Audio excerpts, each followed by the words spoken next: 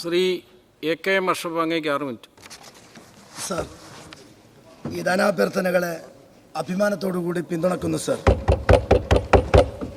ഇന്നേറെ ഈ സഭയിൽ ചർച്ച ചെയ്യപ്പെടുന്നത് കേരളത്തിലെ UDFൻ്റെ ഗവൺമെൻറ് നടപ്പിലാക്കിയ പ്രിയദർശിനി പദ്ധതി, ഇന്ദിരാ ഗ്യാരണ്ടിയിലെ KSRTCയിലെ സൗജന്യ യാത്ര. ഈ സഭ തുടങ്ങിയതിന് ശേഷം നമ്മളെല്ലാവരും അഭിമാനത്തോടു കൂടി ആ വിഷയം ആവർത്തിച്ച് പ്രസംഗിച്ചുകൊണ്ടിരിക്കുകയാണ്. ഞാൻ കഴിഞ്ഞ 5 വർഷം പ്രതിപക്ഷ ബെഞ്ചിലിരുന്ന് അതിർത്തിയിലെ കർണാടകയിലെ ഏറ്റവും കൂടുതൽ ബസ്സുകൾ എൻ്റെ കോൺസ്റ്റിറ്റ്യുവൻസിയിലേക്കും എൻ്റെ ജില്ലയിലേക്കും ദിനേന വന്നും പോകുന്ന ഒരു മണ്ഡലക്കാരനാണ്. കൊതിയോടെ കർണാടകയിലെ ശ്രീ സിദ്ധരാമയ്യയുടെ ഗവൺമെൻറ്റിൻ്റെ KSRTCയിലെ സൗജന്യ യാത്രയുടെ നന്മ പറഞ്ഞ ഒരാളായിരുന്നു. വീണ്ടും UDFൻ്റെ ഗവൺമെൻറ് വന്ന് ഈ ധനാഭ്യർത്ഥന ചർച്ചയിൽ പങ്കെടുത്ത് സംസാരിക്കുമ്പോൾ കേവലം ഒരു സൗജന്യ യാത്ര മാത്രമല്ല സർ ഞങ്ങൾ അനുഭവിക്കുന്നത്. എൻ്റെ മണ്ഡലത്തിൽ മംഗലാപുരത്തേക്ക് SC ST കുടുംബത്തിലെ ആളുകളടക്കം, സാമ്പത്തിക ശേഷിയില്ലാത്ത ആളുകളടക്കം ദിനേന ജോലിക്ക് പോകും.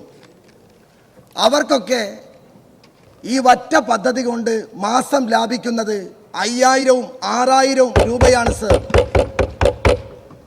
മംഗലാപുരത്ത് വിദ്യാഭ്യാസ സ്ഥാപനങ്ങൾ പഠിക്കുന്ന വിദ്യാർത്ഥിനികൾക്ക് രാവിലെ എണീറ്റ് രാത്രി കിടക്കുമ്പോൾ അമ്മയും ഉമ്മയും നാളെ മോൾക്ക് 100 രൂപ ടിക്കറ്റിന് എങ്ങനെ കണ്ടെത്തുമെന്ന് ടെൻഷൻ അടിക്കുന്നവർക്ക് പുഞ്ചിരിയുടെയും സന്തോഷത്തിൻ്റെയും നാളുകൾ സമ്മാനിച്ച പദ്ധതിയാണ് സർ പ്രിയദർശിനി പദ്ധതി. അവർക്കിന്ന് രാവിലെ കണ്ടെത്തേണ്ട പൈസ ആവശ്യമില്ല. UDFൻ്റെ ഗവൺമെൻറ് VDS നൽകിയ സൗജന്യ യാത്ര മനോഹരമായി എൻ്റെ നാട്ടിലെ ജനങ്ങൾ ആസ്വദിക്കുകയാണ് സർ. അവരുടെ പ്രാർത്ഥന ബഹുമാന്യനായ മുഖ്യമന്ത്രിക്കും ഈ ഗവൺമെൻറ്റും എപ്പോഴും ഉണ്ടാകുമെന്ന് പറയാൻ ആഗ്രഹിക്കുകയാണ് സർ. അത് പറയുമ്പോൾ മഞ്ചേശ്വരത്തെ ഒരു MLA നിലയ്ക്ക് എനിക്ക് ഇരട്ടി സന്തോഷമുണ്ട്. ഈ രാജ്യത്ത് BJPക്കെതിരെ നെഞ്ചു വിരിച്ച് ഭരിക്കുന്ന ഒരു സംസ്ഥാനമാണ് കർണാടകയിലെ കോൺഗ്രസിൻ്റെ ഗവൺമെൻറ്.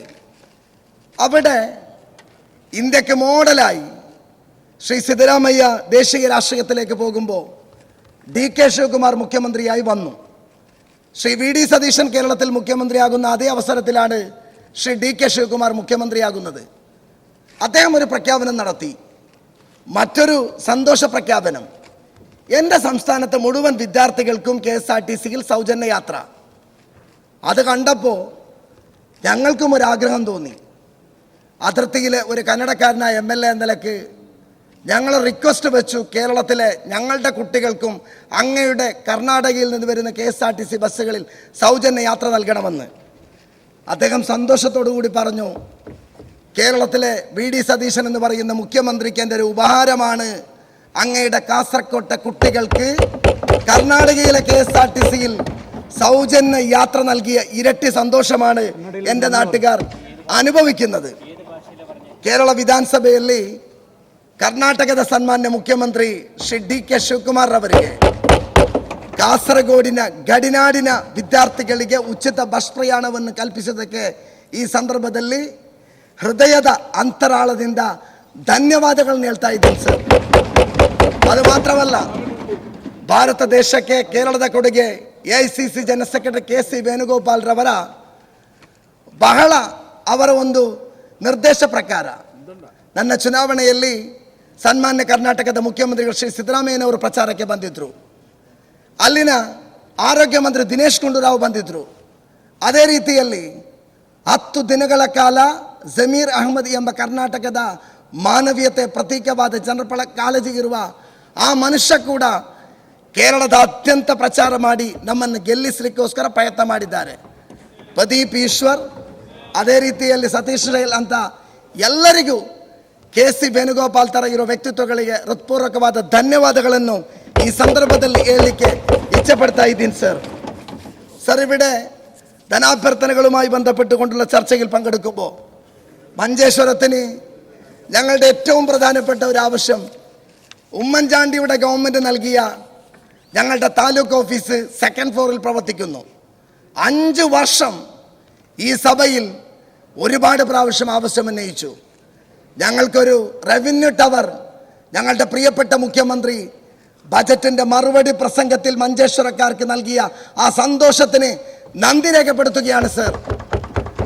മഞ്ചേശ്വരത്തേക്ക് ഉമ്മൻചാണ്ടിയുടെ ഗവൺമെന്റ് നൽകിയ ഫിഷിംഗ് ഹാർബർ കേരളത്തിന് പ്രതീക്ഷ പകരുന്ന കേരളത്തിന്റെ ഫിഷറീസ് മന്ത്രി അദ്ദേഹം ഞങ്ങളുടെ ഹാർബറിന്റെ കാര്യം ഓരോന്ന് അദ്ദേഹത്തിന്റെ ശ്രദ്ധയിൽപ്പെടുത്തിയിട്ടുണ്ട്. അതിനൊരു മോചനം വേണം സർ. ഒരു പാലമില്ലാത്ത കാരണം കൊണ്ട് 150 കോടി ചെലവിട്ട് നിർമ്മിച്ച മഞ്ചേശ്വരം ഫിഷിംഗ് ഹാർബർ ഗുണകരമല്ലാത്ത ഒരു അവസ്ഥയിലാണ് സർ. ബഹുമാന്യ ഫിഷറീസ് മന്ത്രി ഒന്ന് വിസിറ്റ് ചെയ്ത് ആ ഹാർബറിനെ കേരളത്തിന്റെ ബഹുമാനായ മുഖ്യമന്ത്രിയുടെ സമുദ്ര മിഷൻ പദ്ധതിയിൽ ഉൾപ്പെടുത്തി വലിയ മഞ്ചേശ്വരത്തിന്റെ വാണിജ്യ മേഖലയിൽ വലിയ പ്രതീക്ഷ പകർന്ന ഒരു പദ്ധതിയാക്കി മാറ്റാൻ അങ്ങേ ഒന്ന് മഞ്ചേശ്വരത്തേക്ക് വിസിറ്റ് ചെയ്യണമെന്നുള്ള ഒരു അഭ്യർത്ഥന കൂടി അങ്ങയുടെ മുമ്പിൽ സമർപ്പിക്കുകയാണ്.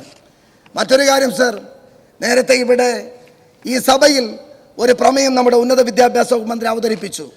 ബഹുമാനനായ ശ്രീ റോജി എം ജോൺ, നമുക്കൊക്കെ അറിയാം നീറ്റിന് ആ പാരൻസിന് അറിയാം അതിൻ്റെ സങ്കടം, ആത്മഹത്യയും ടെൻഷനും മാത്രം ഇവിടെ നമുക്ക് സമ്മാനിച്ചൊരു കാലയളവായിരുന്നു. ഇവിടെ വി മുരളീധരൻ അദ്ദേഹം വാശിയോടുകൂടി വോട്ടഭ്യർത്ഥന ആവശ്യപ്പെട്ടു. നമുക്കാർക്കും മനസ്സിലായിട്ടില്ല അദ്ദേഹം ആവശ്യപ്പെടാൻ കാരണം BJPയുടെ 3 അംഗങ്ങളിൽ ഇന്ന് രാജീവ് ചന്ദ്രശേഖർ ഇവിടെ ഇല്ല. അപ്പോൾ വോട്ട് നടന്നാൽ 2 പേരുടെ വോട്ട് രേഖപ്പെടുത്തുമ്പോൾ രാജീവ് ചന്ദ്രശേഖർ വോട്ട് ചെയ്യാത്ത കാര്യം പുറമറിയിക്കാൻ വേണ്ടിയിട്ടാണ് അദ്ദേഹം ഏറ്റവും കൂടുതൽ ഇന്ന് വാശി പിടിച്ചത്. സാർ, മറ്റൊരു കാര്യം, ബഹുമാനായ പഞ്ചായത്ത് മിനിസ്റ്റർ KM ഷാജി അദ്ദേഹത്തിന്റെ വിദ്യാർത്ഥി രാഷ്ട്രീയ കാലഘട്ടത്തിൽ മുഴുവനും അദ്ദേഹം എന്ത് നടത്തിയാലും അദ്ദേഹത്തിനെതിരെ എതിർപ്പുകളും അദ്ദേഹത്തിന്റെ പിന്നാലെയായിരുന്നു. ഈ മന്ത്രിസഭ അധികാരത്തിൽ വന്നപ്പോഴും ഏറെ RSSനെതിരെയും സംഘപരിവാറികൾക്കെതിരെ നെഞ്ചു വിരിച്ചുകൊണ്ട് സംസാരിച്ചിട്ടുള്ള KM ഷാജിയുടെ പിന്നാലെയാണ്. അതിൻ്റെ അർത്ഥം ഒന്നാണ് സർ, അദ്ദേഹം ലൈഫ് പോലെ കേരളത്തിലെ ജനങ്ങൾക്ക് ദുരിതം മാത്രം സമ്മാനിച്ച പദ്ധതികളെ മനോഹരമായി പ്രതീക്ഷ പകരുന്ന ഒരു പഞ്ചായത്ത് രാജ് സംവിധാനം സമർപ്പിക്കാൻ വേണ്ടി ശ്രമിക്കുന്നതിന്റെ ഭാഗമായിട്ടാണ് അദ്ദേഹത്തിനെതിരെയുള്ള എതിർപ്പ്. അത് സന്തോഷത്തോടു കൂടി സ്വീകരിക്കാൻ സർ. ലൈഫ് പറയുമ്പോൾ ഒരു കാര്യം സർ, ലൈഫിൽ 2020 അപേക്ഷ ക്ഷണിച്ചത് റേഷൻ കാർഡില്ല എന്ന കാരണം കൊണ്ട് ഒരുപാട് ആളുകൾ പട്ടികയ്ക്ക് പുറത്തായിരുന്നു സർ. ബഹുമാന്യനായ അദ്ദേഹത്തോട് പറയാനുള്ള ഒരു കാര്യം, അദ്ദേഹം ഗ്രാമപഞ്ചായത്തിന്റെ വൈസ് പ്രസിഡന്റായി പൊതുപ്രവർത്തനം തുടങ്ങിയ ഒരു മനുഷ്യനാണ്. അഴീക്കോട്ട് വെച്ച് മത്സരിക്കുമ്പോ ഇലക്ഷന്റെ അവസാന നിമിഷത്തിൽ പോലും എനിക്കൊരു വർഗീയവാദിയുടെയും തീവ്രവാദിയുടെയും വോട്ട് വേണ്ട എന്ന് പ്രഖ്യാപിച്ച പ്രിയപ്പെട്ട നേതാവ് ഷാജി, അദ്ദേഹം തീർച്ചയായും ആ പഞ്ചായത്ത് രാജ് വകുപ്പിൽ ഉണ്ടാകും, മാറ്റമുണ്ടാകും. ലൈഫ് പദ്ധതിയിൽ അദ്ദേഹം തീർച്ചയായും ഒരു പൊളിച്ചെഴുത്ത് നടത്തി. റേഷൻ കാർഡ് ഇല്ലാത്തതിന്റെ പേരിൽ 2 കാറ്റഗറി 9 മിനിറ്റ് അല്ല, അതിന് മറുപടി ഗീതാ ഗോപി പറഞ്ഞോളൂ പ്ലീസ്. അതിന്റെ മറുപടി ഗീതാ ഗോപിയാണ്. ഗീതാ ഗോപി പറഞ്ഞോളൂ പ്ലീസ്. അടുത്ത അംഗത്തിന് സംസാരിക്കണം പ്ലീസ്. യെസ് യെസ്, എന്താണ് പോയിന്റ്? എന്താണ് പോയിന്റ്? എന്താണ് പോയിന്റ്? പോയിന്റ് പറയാം എക്സ്പ്ലെയിൻ ചെയ്യാനുള്ള സർ. പോയിന്റ് പറയാം. ജനങ്ങൾക്ക് ദുരിതം മാത്രം നൽകിയ ലൈഫ് ഭവന പദ്ധതി എന്ന വാക്കാണ് ഇവിടെ ഉപയോഗിച്ചത്. 5.5 ലക്ഷം ആളുകൾക്ക് വീട് ഭവനമെന്ന സ്വപ്നം യാഥാർത്ഥ്യമാക്കിയ പദ്ധതിയെക്കുറിച്ച് തെറ്റായ പരാമർശമാണ്. അത് സഭാരേഖയിൽ നിന്ന് നീക്കം ചെയ്യണമെന്നാണ് എന്റെ പോയിന്റ്. പരിശോധിക്കാം പ്ലീസ്.